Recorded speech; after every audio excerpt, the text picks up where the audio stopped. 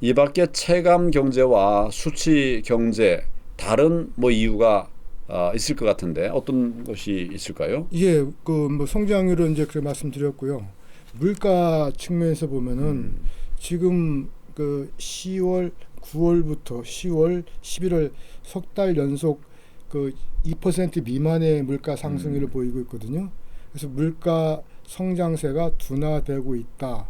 물가가 안정화되고 있다라고 이제 그 지표상으로는 해석이 가능한데 국민들이 역시 장터에 가보면은 물가가 이만저만 비싼 게 그래 말이죠. 아니거든요. 저도 뭐 가보면 예, 엄청나요. 전에보다 거의 2배 오른 것 같은 그치. 느낌도 들 정도로. 그런 게 예, 예. 있죠.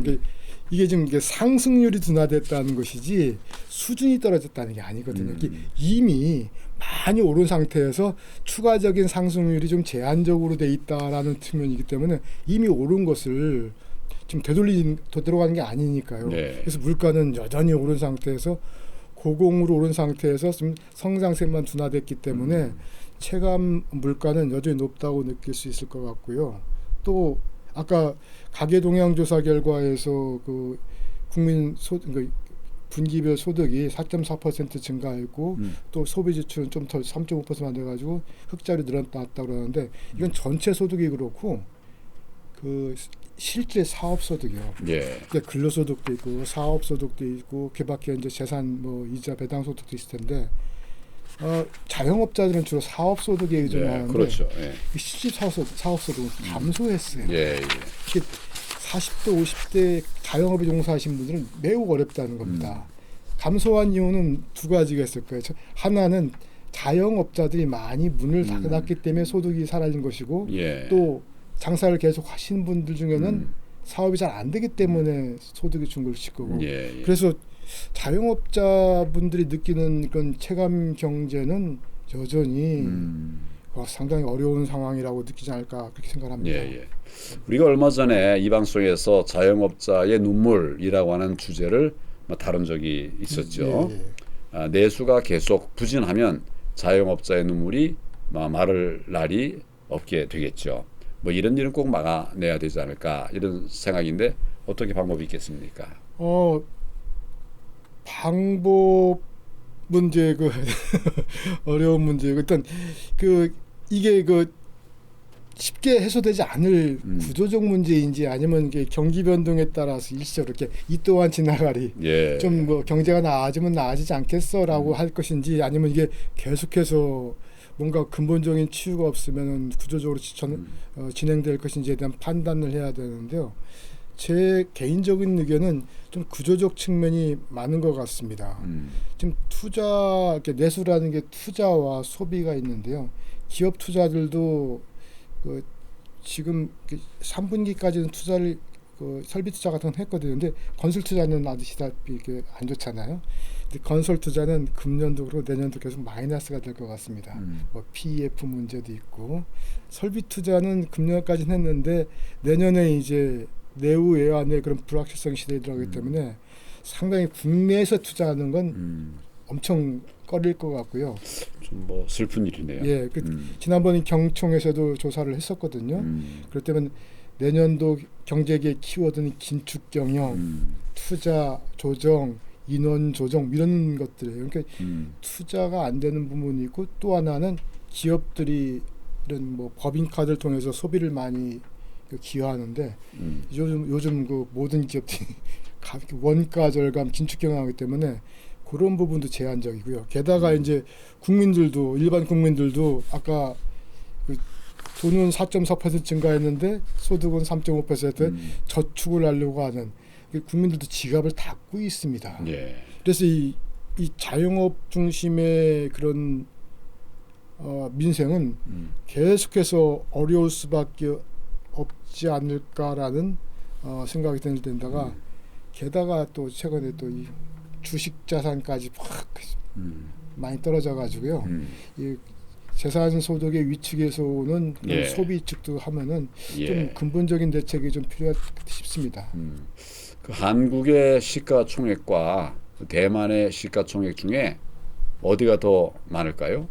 정부는 한국 증시 저평가 해소를 위해서 밸류업 프로그램을 뭐 이렇게 예. 뭐 이런 얘기를 많이 하고 있었는데 그 엊그저께 이 언론에 나왔는데요. 저도 깜짝 놀랐습니다.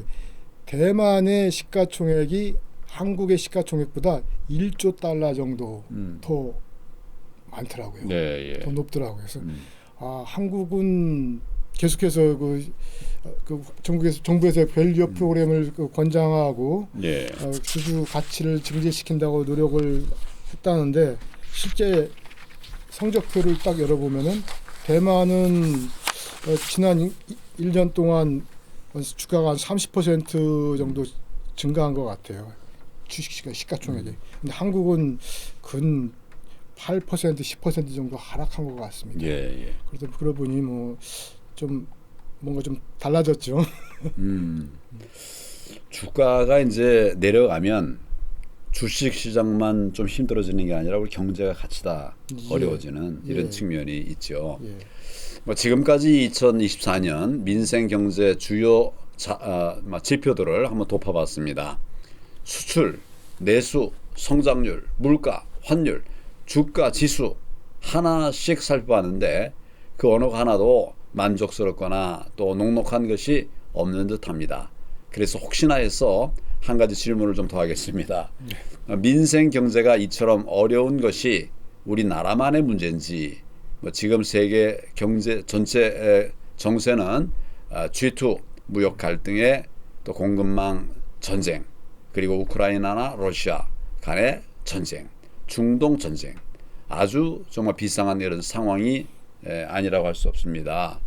그래서 모든 나라에서 경제가 다 어려운 그런 상황에 직면해 있을 듯한데 실제 상황은 어떻습니까? 예, 우리가 알고 있는 많은 나라들이 공통적으로 어려움에 처해 있습니다. 뭐 독일, 영국, 프랑스 이렇게 어려움에 처해 있긴 한데요.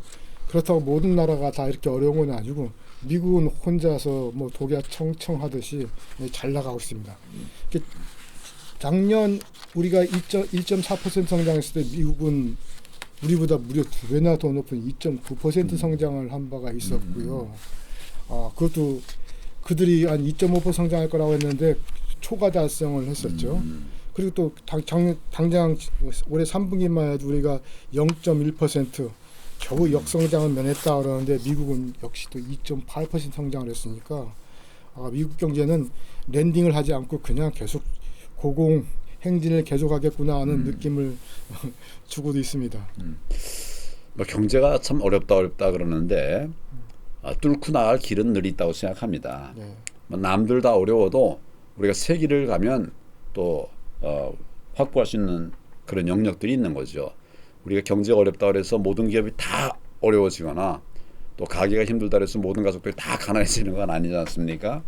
그래서 제가 전에 나라 경제가 어려울 때 제가 대통령 권한대행 때 10억 깜놀 벤처 창업 배틀, 벤처 배틀 경영해서 결국 1등 한 사람에게 큰 상금을 주는 이런 10억을 주는 10억 깜놀. 벤처 맨 앞 정식 명칭은 깜놀 10억 벤처 창업 배틀 싸운단 말이죠. 그걸 했는데 그때 우리가 이제 4가지 얘기를 했어요. 소위 이제 넓은 길, 세계로 나가자. 거기서 경제의 살 길을 찾아보자. 또 둘째는 우리가 잘하는 거, 우리 IT 과학기술이 앞서가지 않습니까? 예. 그것을 통해서 한번 경제를 만들어 보자. 그리고 또 한 가지는 이제 우리가 잘하는 거, 우리가 하기만 하면 되는 거, 규제 개혁을 하면 뭐 금방 다 될 수가 있는 거거든요. 이런 것들을 제가 내면서 사방에 길이 있다 이런 희망의 메시지를 냈던 기억이 납니다.